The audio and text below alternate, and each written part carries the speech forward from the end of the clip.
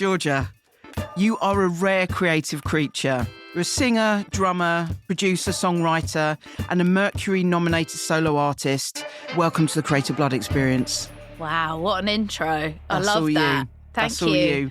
Well, look, we're actually sitting in your studio, at the bottom of your garden, drinking your coffee. So thank you for the warm welcome into your natural habitat. Pleasure. We're surrounded by the most phenomenal amount of studio gear. I'd love you to paint a picture for those listening of what we're looking at, because this is your domain. Yes, of course, there is quite a lot going on. So there's like a whole rack of synthesizers. Yep. I'm big into me outboard gear. Yep. And then right here is my ARP. This is the pride and joy of the studio. It's a 2600 for those that know. And then I've actually got guitars and basses and some drum pads. The Simmons. Yeah. Amazing. I'm really into like mixing analog with digital. That's my thing. It's not the cheapest way of doing things, but it's, part of the reason why I love being in this line of work is because can play. Yeah, well, it's always been a bit of a wacky, wild adventure. Like synthesis was made by weird characters in labs. So I like carrying on that tradition. It's all like mad scientist vibes. Yeah. I think that's a huge advantage for any artist, because you're able to take an element of control, but more because I've genuinely loved it. Like, it's really bizarre. Half of the job in a studio is problem solving. Yeah. Knowing how to problem solve means that you have to know about behind the scenes of the technology. And it has really served me well. Like when I've gone to America, say, for instance, certain studios in LA, where, it's a big deal. These are like, engineers who have worked with Pharrell and all the big players. Yep. But I'm able to walk in and understand, okay, they're using an SSL desk from wherever. Okay, this is cool. I know how the chains work. I know what they're doing. So essentially, I could actually be an engineer for any of those people. It's just something that I love. Yeah. I think it's a real area that still needs to be pushed because, everyone wants to be the artist, but that's getting more and more saturated. Yeah. And there are loads of other ways that you can have an absolutely fantastic career in music. Yep. And that's one of the ways, because we're really lacking in women in that area. Like the engineering space. Yeah, and also the producer space. A lot of artists want to work with women now, That's right, and so I feel like we're at a real pivotal moment now, I think. So it's your moment. It's your moment. Wow, it could be. I'm going to name one female producer. You name another. Linda Perry. Wonder Girl. Belinda Carlisle. Marta Saglioni, I think it is. Okay. Roisin Murphy. Oh, what, is she for Moloko? Is that Moloko? I don't know if she is a producer. Isn't she a producer? Right. Imogen Heap. Oh, yeah. Imogen Heap. Yeah, of course. She was also very much the forefront. Yeah, definitely. Especially very, very, very early on with YouTube. Every evening, she'd go down to the studio, she switched the camera on, and then she would release these clips as part of the process. So she would basically have that creative control of what she was sharing, but she was still very much focused on taking the audience on a journey. Sean Combs did it after that, and she was very early into like socials and technology, sort of that tech She's side of things. She's always been a complete pioneer, hasn't she with tech and, using it to actually the artist's advantage rather than, it being a ploy of marketing, being like... She's living and breathing it, 1,000,000%. Because as actually another guest on the podcast said, creativity is messy. Yeah. And you don't 100%. Always want people to see you in a messy space. It's like it's not necessarily the way that you want to be presented. Yeah. I think it's having that confidence, which I think takes time. But you can be sharing a process or even giving an insight into like your direction. Yeah. And actually that's way more interesting to people than just a polished end product. Yeah, definitely. It's really interesting. So much of our discussions, if you like, around the boardroom and the tables with the labels is like, how do you get your artistry across through socials? Like, how do you want people to see you in your socials? Yeah, or how totally. do you want people to, you know, they're not seeing enough of what you do in the studio. They're not seeing who you are as an artist and blah, blah, blah, and all this and that. And I just come from an era where part of the mystery was... That's the magic. That was the thing that made me buy the music. Yeah. I'm very honest that I just don't think I'm from that era of social media. You know, I remember what it was like without it. Yeah, we've all had to adapt. And, you know, I think every artist on every single level has found it frustrating. Yeah. And also really liberating because you're your own marketer. And, you know, that's liberating. You don't have to rely on somebody else telling your story. But we're at a time where it's so unpredictable. Well, it's up to you individually how you want to be seen and heard. Exactly. And so that's sort of, it's that weird excitement of like, do I show this? Yeah, or is this... people are saying to me, I want you to show more of what happens in the studio, but do I want to? And then you're going, actually, no, this is ridiculous. I want to inspire the younger generations and da-da-da. But the magic in this room sometimes can't be, you know, so it's totally. It's kind of an interesting period. And then weirdly, better or for worse, people want to see you messy. That's sort of the bit they want to see when you just rolled out of bed. It's sort of, in fact, you did an Instagram. Oh, did I? From bed. Oh, yeah. You did a post, didn't you? Recently? Yeah, you did. I think it was a story. Like... And that was in your bedroom, for God's so sake. Not even your studio. I'm criticizing that I'm not from that era. Maybe, hang on a minute. We got to get on with the show, pick some cards. So here's a reminder for you and everybody listening how the show works. In my hand, I have a deck of 50 cards. Each card contains one question designed to reveal how you have navigated your creative experience so far and in turn share insights that our listeners can take into their own creative lives. This show is all about passing it on. So in a minute, I'm going to ask you to select 10 of these cards at random. Do you have any questions for me so far? No. Excellent. Before you pick your cards, I'm going to very thoroughly shuffle them. Whilst I do, I'm going to introduce you and your world, actually, to our listeners. Georgia, you're based here in northwest London. North Wheezy. Where you grew up in a creative household with your mother, a social worker, younger brother Sid, a choreographer, and your father, Neil Barnes, whose career as one half of the iconic band Left Field saw you grow up immersed in the world of dance music, festival performances, and live tours. With your bedroom doubling up as Left Field's studio, at age 6, you were challenged by a Left Field bandmate to copy a drum pattern, and you did, perfectly, first time. Is that right? Yeah. Okay. How did like we Napa. get this intel? That may have been the birth of Georgia the drummer, but perhaps even more formatively, shortly after you were gifted your first 4-track recorder and you spent your childhood getting to grips with the intricacies of music production, choosing to experiment with sampling and synths instead of playing out with friends. Sad face here, but actually not sad at all. Fabulous. Already a self-confessed studio nerd, you went to the Brit School of Performing Arts. Dum, dum, dum. Yes. That's where you studied pop music and became a key part of the South London club and music scene, alongside the likes of Jessie Ware and Sampha. Familiar names to you? Familiar. Okay, good. Then came, get ready for this one, a BA in hold on. That's not true. That's been my whole life. I'm Go on, sure. try and say it. I can say It's it. good. Ethnomusicology. Oh. Can you, round of applause, thank you. Can you tell me what that is, please? It's like anthropology, so it's like the study of how music has helped civilizations, or like what is the sort of use of music in a society or a little kind of town or village or... Wow. I went to SOAS, so we didn't study Western stuff. We studied outer West, so Africa, Asia, South Americas, yeah.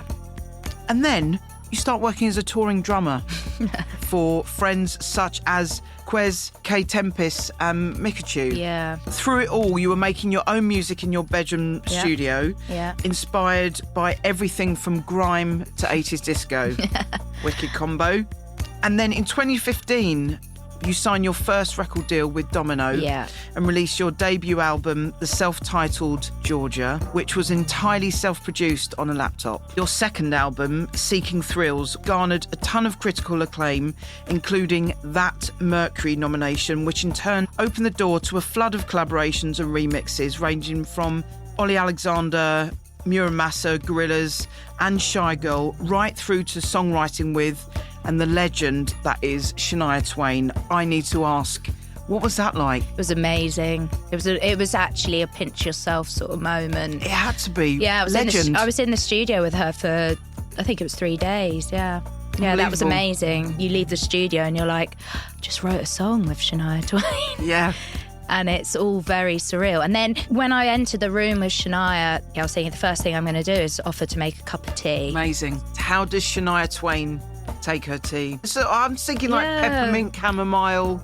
No, I think it was just straight up builders. Was it really? Yeah. But you don't really know whether it's going to make the record or not because that's the whole thing about writing sessions. But the idea is you take a gamble and you do it and who knows. So I had that sort of mentality. I was like, well, that was fun. It would be extra special if it made the record, you know.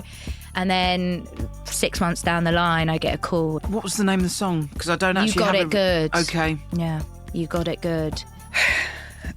Okay. Your most recent album, Euphoric, saw you move to LA for the summer to collaborate with Vampire Weekend alum Rostam. And as we record, you are currently on tour with Kim Petras and in the middle of writing your next album. I'm very grateful for you to make the time. I know I've said this a few times. I could sit here and talk to you for days, but I know we need to crack on with the cards. Oh, no, we need to get to the bloody cards. Bloody cards. You said it. Pick 10 if you wouldn't mind putting them on the desk. 4, 5, 6. Just to give you a heads up, the deck does contain a wild card, which contains a slightly punchier question and a dealer's choice, which is a question that we've created especially for you. You can pass on one question and one question only. So you've chosen the cards. Chosen the cards. Yeah, well done. Okay. Has anyone passed? Yeah, they have. Really? Yeah. A little bit too close to the bone. I'm going in deep. Oh, gosh. Georgia, question number 1. What's an industry myth that you'd love to crush? God.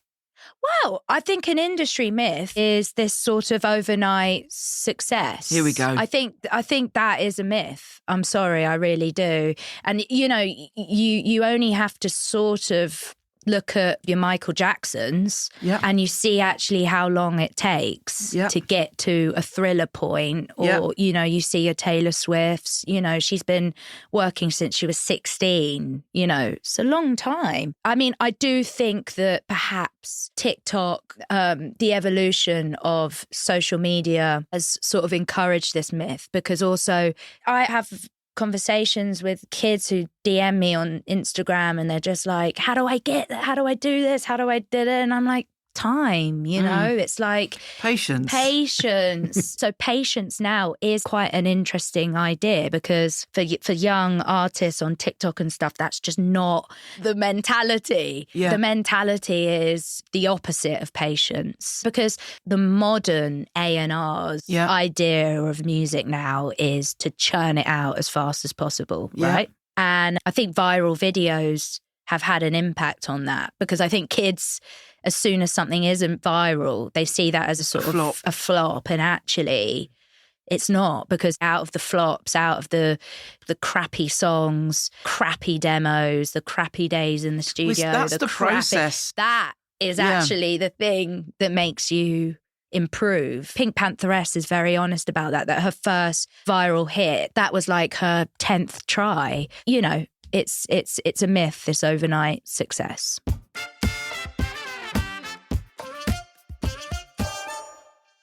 How do you decide what to say yes and no to professionally? I think that's a very, very, very interesting question. I mean, my management and anyone who's worked with me closely will know that I just say yes to everything. Oh, really? From the get-go, I've always just said yes. I really have, because I've just that's it. My appetite has been very, very hungry. I wouldn't say yes to certain things, definitely. Like, I'm not an idiot. Yeah.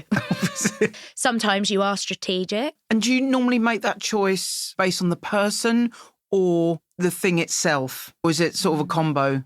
I mean, if it's producing work, at the moment, I find it hard to produce new and up and coming artists. Yeah. Just because I feel like I haven't yet got the wealth of knowledge of how to pass the right sort of knowledge on yet. Although my manager tells me quite often that I could probably now get in the studio with new up and coming artists and see where to take. I just always thought that's such a big responsibility. I've mainly been producing artists that have had quite a substantial time in the industry, like working with Olly Alexander, who's banned years and years. Yeah. But he's now breaking out as a solo artist. He's our new Eurovision entry. Yeah.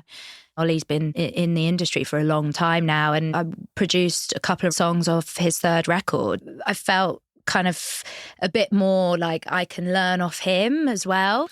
I think also, I don't know, I get a sense from what you're saying that part of deciding to say what yes and no to is very much about an exchange. Yeah. Because we all sort of have to feel like we're being fed as much as we're feeding, if that makes sense. 100%. And that feels like a natural collaboration. Do you know what? You should have him on the podcast as the next guest. What's your secret to staying creatively resilient? Oh, yes. What's my secret? I've been in situations, particularly big writing situations, where you're like in a writing camp or something, and I have felt very overwhelmed and slightly, I don't know if I belong here. Insecure. There are certain camps I've been in, like the Gorillaz camp. Damon very much still embodies that. When you go into the studio with Damon, you want to impress Damon. Yes. And you want, not just impress Damon, you want to impress. Yeah, you want to have a point of view. You bring your thing to that song. That's what he wants. And so it's like that ups the get, because you're like, wow, he's had so and so on the songs. They've had this, da, da, da. So when you go into a session, that's very much your mindset, and the resilience comes from somewhere, and for me I know it's knowledge, because knowledge, so doing the work. Yeah. I mean, the one thing that I would say about me is that from a very early age, I listened to music like in a way that was sort of probably a bit unhealthy.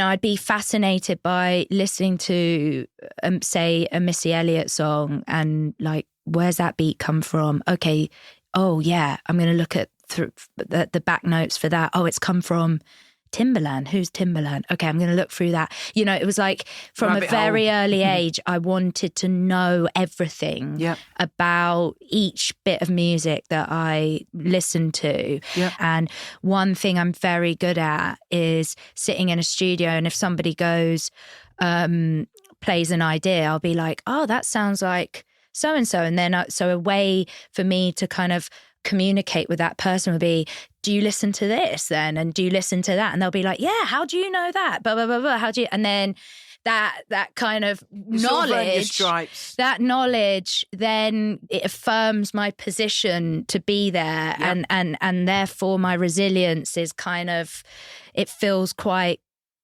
strong, Also, I remember this moment being in the studio with Damon, like him playing me an idea of a certain song, whether it was going to be for a Gorillaz track, I can't remember.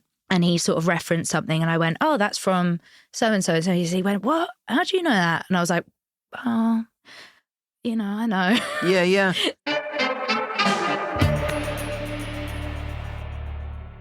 What's your top tip for getting your work seen or heard? Oh. It's a big one, I know.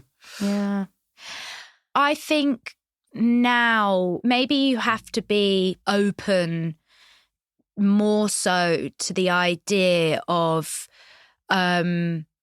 not just one linear road with your creativity. Like, I started out with an idea that I just wanted to be this one thing. What was that one thing? I just wanted to be this like artist. You know, if I think back to a kid, you know, there was this idea of a pop star. And I think over the years, I've had to sort of let that go a little bit and go, actually, I've got so much to offer in all these different areas that I can explore. I can go down sound design. I can go down the road of engineering. I can go down the road of collaborating with, you know, visual artists, with collaborating with my brother who's a dancer. Like, I'll very often just do some music for him. You know, there's like loads of all these different worlds that I can tap into, but it took me a while to kind of let go of the idea of I just want to be this one thing,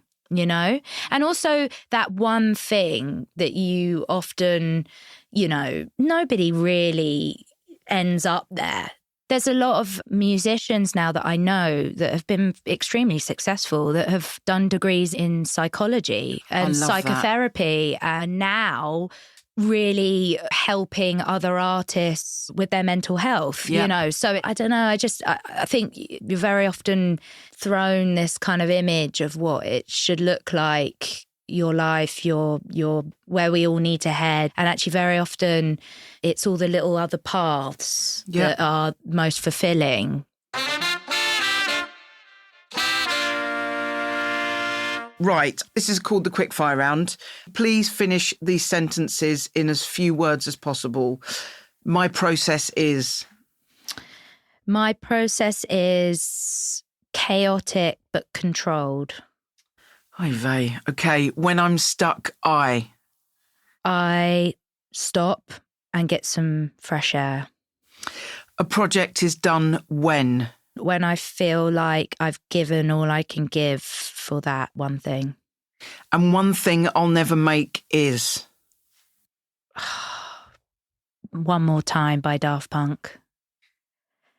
Because it's such a banger.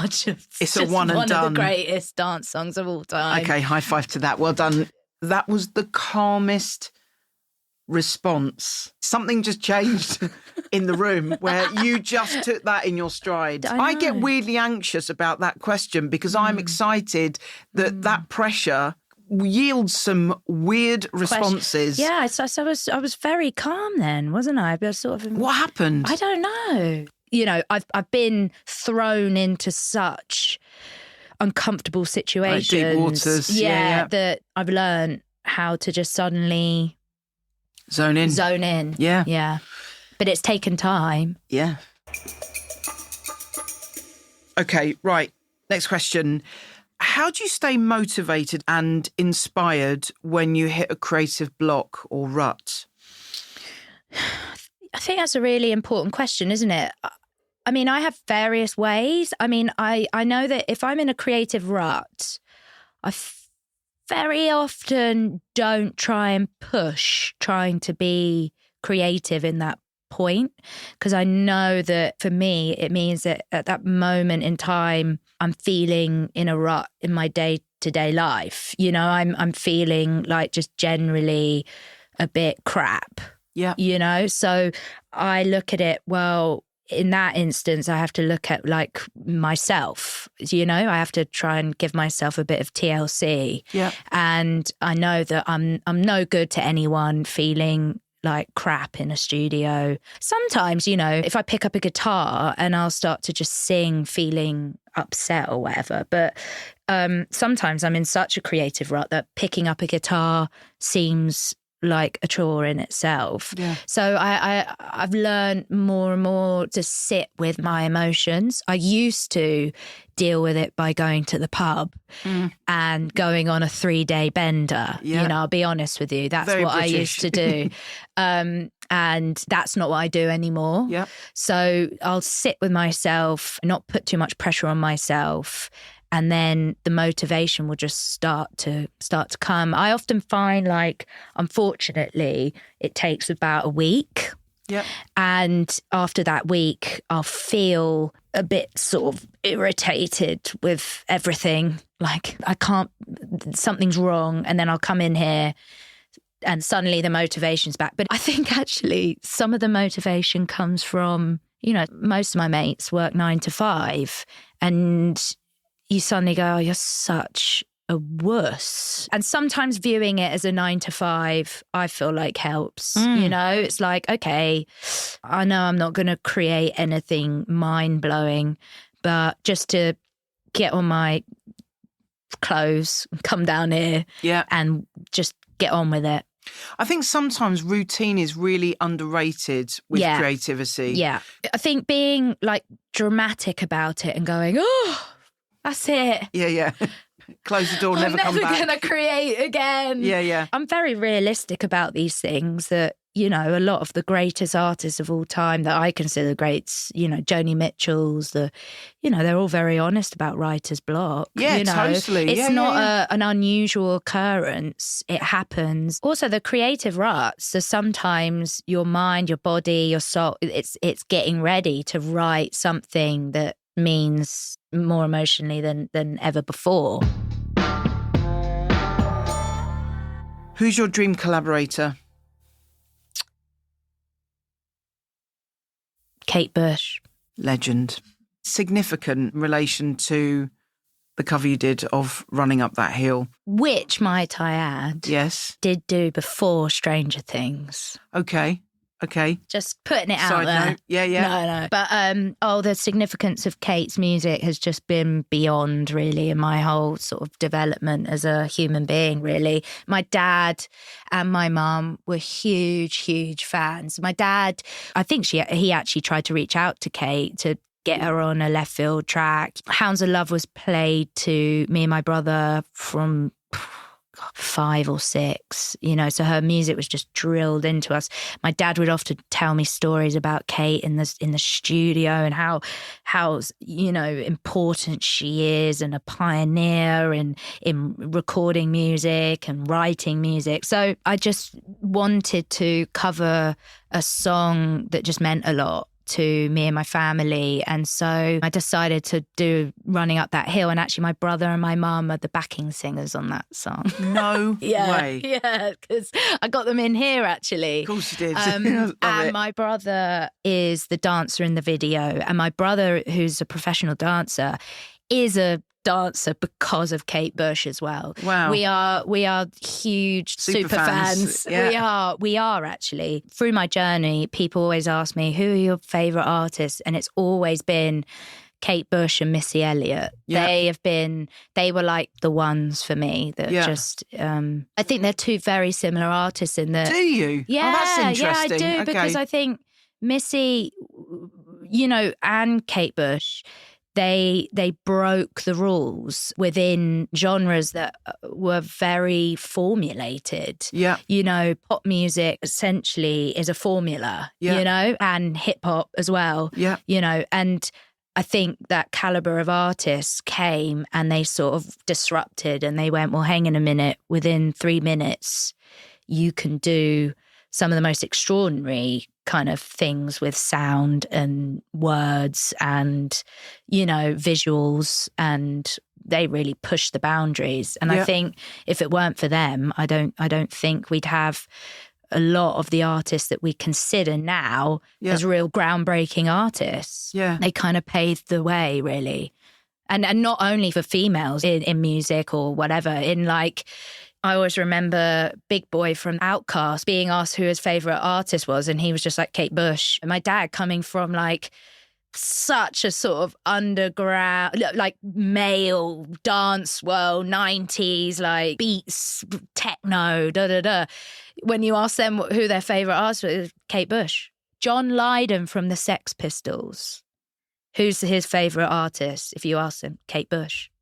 It's like, that's the impact. So I always loved that. You picked a wild card, Georgia. What's a personal project that you've not told anybody about yet? Sorry. God. Not sorry. Yeah. A personal project. You know, there's... Oh, this is... Yeah. I was a big folk fan from a young age as well. So I went through my kind of English folk stage at about 16. It was just when I started the Brit School, which was going there to study pop music, but you're actually listening to like Pentangle. So I've always been obsessed with the 60s, 70s English folk rock scene. Yep. You know, I went through my Nick Drake stage and all of that. And I bought a guitar that looked like Nick Drake's guitar. And so I've got quite a lot of folk record, like my idea of what folk music is. And I have still been doing like, you know, kind of just me and acoustic guitar, but I have not played it to anyone. And might not ever play it to anyone, but I love it, and maybe one day I shall release a folk album. Yeah, so it doesn't seem that odd for me really to make an album of just me and banjo, but No, I'm sure to people who are fans, they would be like, yeah. I mean, considering I'm supporting Kim Petras, it would be slightly unusual for me to suddenly come out with just a banjo and myself. Maybe that would be good, actually. Well, maybe she would appreciate that. Yeah. Maybe just with a 4 on the floor underneath, just like, and just like, ding, ding, ding, ding, ding, ding, and Amazing. You bring it back. EDM banjo. Yeah. Weirdly, your response takes me to the next question. Oh, good. Do you believe that creativity involves putting your heart and soul into your work, or do you view it as more of a free-flowing process with surprising outcomes?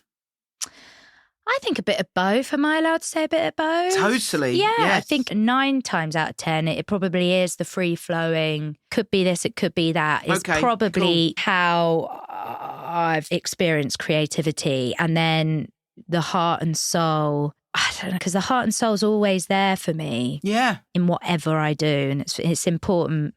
But sometimes that can get in the way of creativity, I think. But there's always heart and soul behind it.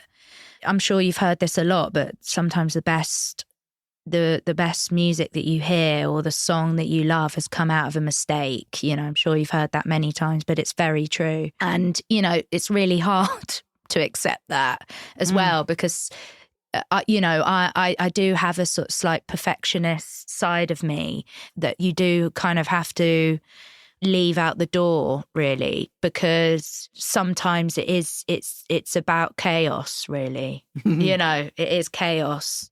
And then embracing it. Yeah, exactly. Yeah. And making sense of that and going with it, you know? Yeah. Yeah, and I was always strange because I was always, the way I was taught, I mean, it sounds weird to say things like taught and all that when we're talking about creativity, but I was always taught to finish an idea. Even from a young age, when I was exploring writing songs, 11 or 12, I knew that I would have to finish a song and close that chapter to go on to the next one. What an incredible lesson. Yeah, at times I found it very frustrating because you hear stories of, oh yeah, just, you know, started that, left that for a bit. The idea of starting something and leaving something, for me, I just can't. It's really bizarre. I'll have sleepless nights about not getting to a point. Fascinating, because that is the complete opposite of the majority. I know. That is a gift and a half. Yeah, a gift. A you curse. Probably feel like it's sort of blessing and a curse, right? It's sort of got I think a it's a combination. blessing and a curse. Yeah. I think it's because when I worked with Rostam, you know, it was very much let's park that to one side and then open up and I was like, yeah, you know, it's a massive quality, because people could say, I'm really time poor. If it's not working, I just need to move on. But actually that push through can bring out something super special. Yeah. Why is it important to you to finish a project? Because I can't move on. Otherwise, I'm still stuck in that other portal. Yeah. It stunts me for the next thing. I think it's also like limitations, right? Like the jazzers going in and recording a record in 3 hours. That's what they say that A Kind of Blue took. Obviously, that was like 6 months of prep. But I think knowing that there is a limit helps me creatively improve or move around within that limitation. Yeah. And I know that I just have to finish it. It's a discipline.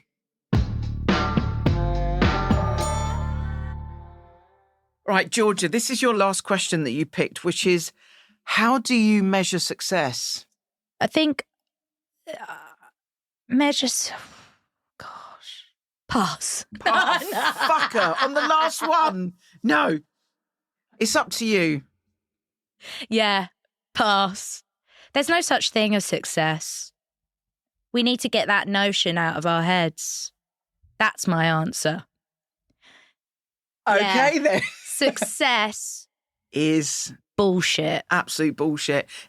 I'm with you. How do you spell success? No idea. No. Okay, there you go. That's it. In the bin. The I look at my mum perception. and she had 2 kids. That's success for her. You know, some people it's 8 Grammys, 2 Brit Awards, whatever. There's a lot of the stuff going on in the background, which can often mean the complete opposite. Yeah, I think so. Success to me sometimes is getting up and, you know, getting out of my bed and facing the world. Sometimes that's just success, really. And I can go to bed and rest easy and who knows what the next day will bring. That's success to me. Amazing. Well, there you go then. Yeah. Mic drop. Yeah. Thank you so much. It means a lot. You've invited us into your natural habitat and been extremely generous in sharing your story and your influences, knowledge and expertise. And that goes a long, long, long way. Thank you for starting these conversations. I think that's also really important. So thank you. Before we go our separate ways, is there anything that you want to shout about? Basically, any recommendations, any upcoming projects? Well, I've got a new single out. Okay. It's called Too Much Too Little. Yep. And it's out there in the world and hopefully in the coming months there'll be an album, but right now I'm returning back to a bit more of a dance floor-y sort of mentality of dropping 12s, so that's really exciting. So yeah, it's called Too Much Too Little. Awesome. Was it recorded here? It was, yeah. It was wicked. Well, look, thank you so much. Really appreciate your time and have a lovely rest of the day. Thanks, Laura. Laura. Thank you. Cool. Probably get Lawrence, my A&R, on the phone now being like, what's this folk project? Yeah. Folk, what? If you enjoyed this episode, make sure you don't miss a single drop of the Creative Blood experience by subscribing and following the show wherever you listen to your podcasts. And share it with a fellow creative. Let's get these conversations out there and into the ears of those who need to hear them. This show was created in partnership with the brilliant humans here at Creative Blood and Scenery Studios. Thanks for listening.